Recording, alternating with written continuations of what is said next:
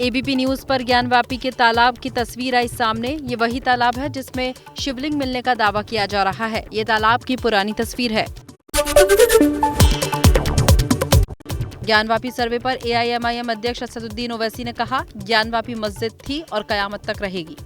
मस्जिद है और रहेगी इंशाअल्लाह ताला सुबह कयामत तक।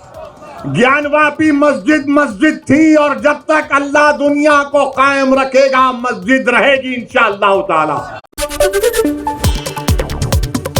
केंद्रीय मंत्री गिरिराज सिंह ने एआईएमआईएम अध्यक्ष असदुद्दीन ओवैसी पर किया पलटवार। गिरिराज ने कहा कि देश तुष्टीकरण से नहीं बल्कि कानून से चलता है। भारत संविधान से चलता, कानून से चलता, ये दबाव से नहीं चलता, तुष्टीकरण से नहीं चलता।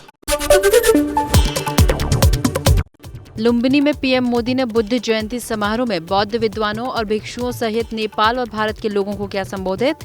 कहा, भारत नेपाल के संबंध हिमालय जितने पुराने। बोले, नेपाल के बिना राम अधूरे हैं। नेपाल के बिना हमारे राम भी अधूरे हैं। दिल्ली के बीजेपी मुख्यालय में जेपी नड्डा ने अमेरिका, कनाडा, ऑस्ट्रेलिया समेत 14 देशों के राजदूतों, हाई कमिश्नर्स के साथ बैठक की। बीजेपी की नीतियों के बारे में दी जानकारी। उदयपुर में चिंतन के बाद आज डूंगरपुर में बेणेश्वर धाम में राहुल गांधी ने दर्शन किए। बांसवाड़ा की जनसभा में बीजेपी पर बोला हमला।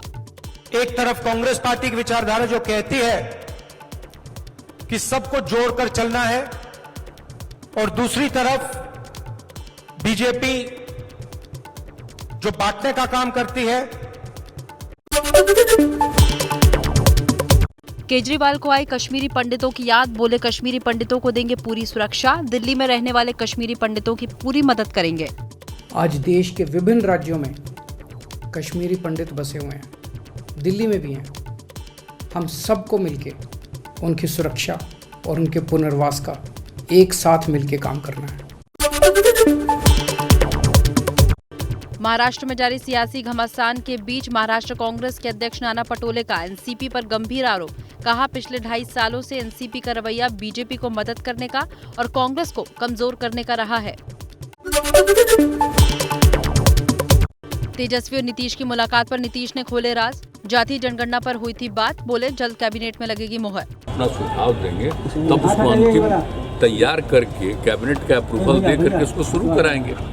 तो जो मिले थे तो उनको भी बता ही दिया था कि बीच में कई प्रकार की स्थिति थी, कोई बीच में चुनाव हो गया, क्या हो गया, तो मौका नहीं मिला। राज्यसभा के लिए जेडीयू ने अनिल हेगड़े को बनाया उम्मीदवार। 38 साल से जेडीयू से जुड़े हैं हेगड़े। अनिल हेगड़े जेडीयू के राष्ट्रीय चुनाव अधिकारी हैं।